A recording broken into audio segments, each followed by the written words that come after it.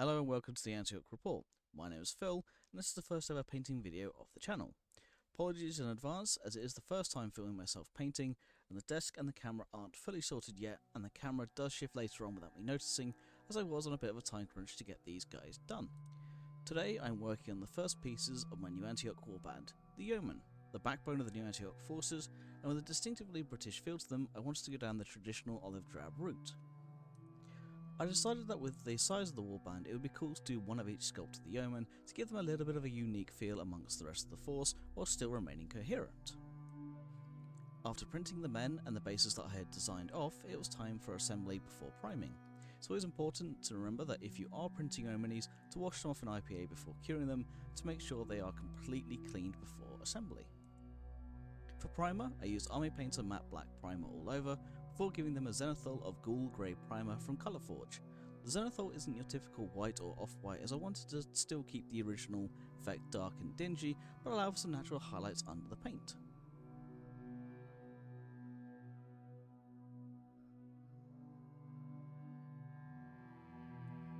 The first colour to go down the fatigues was Vallejo Air Olive Green. It's a nice dark green that provides depth in the shading, but also a solid starting point for the lighter greens that we built up on top.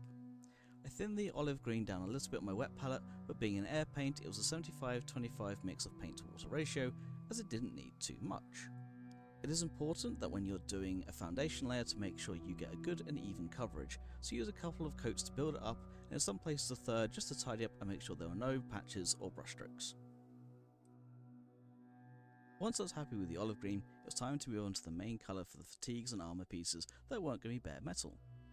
I chose another Vallejo paint, this time opting for the model colour US Army Olive Drab. It's a much lighter green than the olive green underneath, and being a game colour it's also thicker than the air, so using a 50-50 mix of water to paint I was able to get a nice consistency that I liked that could go down in another couple of thin coats, building up the layers, but by also being thinned I was able to get the olive green to come through in the recesses to start to build up the contrast. I quite like the drab for the new Antioch, as being a model colour it's designed to be as historically accurate as possible, so even though Trench Crusade is set in alternate 1914, it looks like it belongs, at least to me. If any thoughts of your own new Antioch colour schemes and your reasons for the colours you choose, I'd love to see them in the comments below.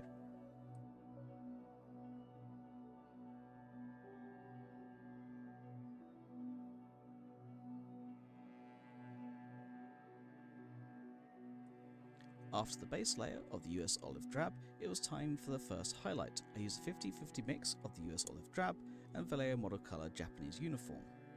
There's a lovely yellow tone to the green that warms up the US Drab without overpowering it. I dry brushed this over the raised areas to build up the transition from the dark olive green through to the US Olive Drab into the first highlight. After the initial highlight, I then used a 50-50 mix of the US Army Drab, but this time with Vallejo model colour Dark Sand. Dark Sand is a slightly lighter beige colour and mixes well with the olive drab, again keeping the green but pushing the warmer tones whilst not overpowering the drab too much. Following the green, it was on to the leather components of the uniform. I decided early on to make the cloak of one of the yeomen to be leather to break up the sea of green and again add some variety into the warband. I started off the leather with Citadel Rhinox hide, thinned down and built up over the boots, straps, gas masks and belts to give a strong dark brown tone that separated nicely from the uniforms. I also used it on the wooden components of the bases like the barbed wire cross and the duckboards.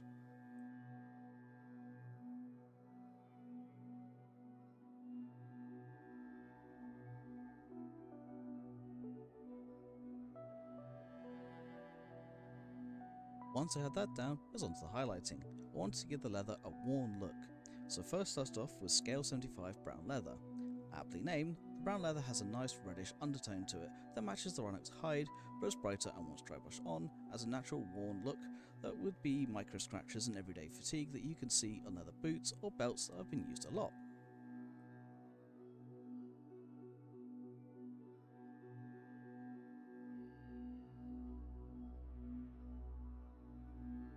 With the dry brushing now complete, it was on to the finer scratches.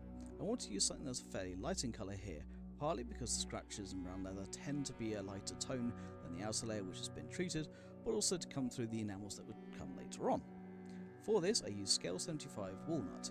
It's a creamy brown that is bright enough but also doesn't contrast too much with the Rhinox and brown leather that went down before it. As with the dry brushing, I wanted to build up the texture as well. One great tip I've learnt from others over the years is to use fine line scratches down the raised areas that would normally become worn over time.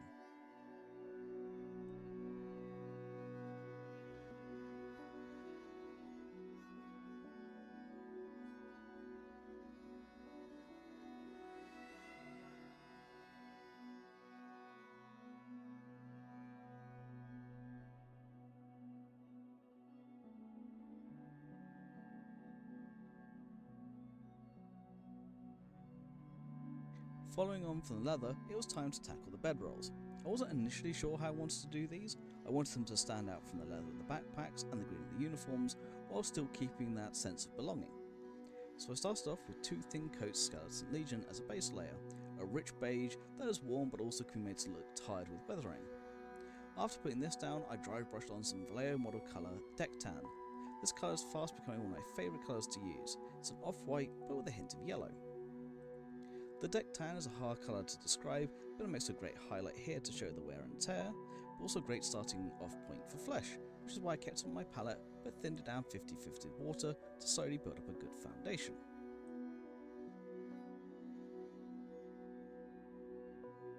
It is here unfortunately the camera shifted without my noticing as I'd come back to painting the next day, so I tried to keep things in frame here best I can, but please bear with me, I am still learning filming whilst painting.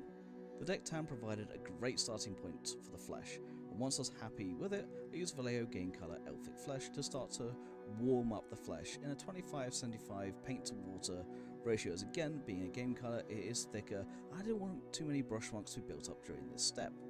Once I was happy, I used Citadel Dark Oath Contrast, watered down 50-50, as more of a wash than a full contrast effect following the Elfic Flesh, to still be the prominent highlight, which I then used to pick up all the fine details. Lastly, before the effects and basing, it was a ton of metallics. I wanted to use a fairly dark silver, so chose 2 thin coats Surcoats. It's useful for both the weapons but also chipping on the shield. It's middle ground not being too overly bright, but still a decent amount of fleck to pop through the weathering. I then finally used Scale 75 Metal and Alchemy Peridot Alchemy to pick out the bullets on the bandoliers and the new Antioch symbols on the uniform, as well as the cross and the shield. It's a colder, more yellow gold that's brassy in nature, without being too orange, which is one of my favourite metallics to use, as well as the range being the best metallics I've ever personally used, with their great coverage and consistency. Both were thinned down 50-50. I also used Scale 75 Metal Alchemy White Alchemy to do the sign on the base, and Citadel Contrast Black Legion to do the writing. This bit I decided to do off camera because I'm not too good at doing the writing, and I wanted to concentrate rather than worry about what was being filmed. Finally we go on to the weathering, which is my favourite step. I unfortunately wasn't able to get great footage of this, and it's something I will work on for the next video.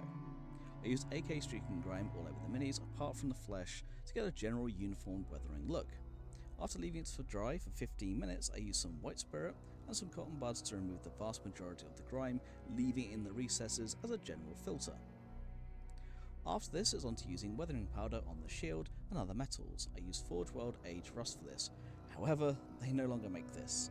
I'm making mine last as long as I can. I've had this for about 15 years now. I also use Green Stuff World Rust texture, Light Oxide Rust on some parts of the metal, and AK Moss deposits on some of the wood, and lastly some AK Splatter Effects Dried Mud to be dry brushed onto the cloaks and onto the boots as a bit of kind of muddy deposits. The basing was achieved using a mixture of AK Diorama Terrain Muddy Ground, AK Splatter Effects Wet Mud, and AK Diorama Puddles to really give a sense of them fighting through no man's land. In the end, I was really happy with how these first 5 Yeomen came out. I've wanted to do a lot of these weathering effects and grimdark style for a while now, and Trench Crusade gives me the perfect opportunity to do so. And these first 5 are an indication of what's to come here on the channel, and I'm really excited to show you guys what I've been working on. I hope you've enjoyed this first video. I included the warts and all bad cameras as I'm still learning. I want to bring you guys on the journey with me. Of course, I have to do the standard thing of don't forget to like, follow, share and subscribe, and I'll see you all in the trenches for the next New Antioch report.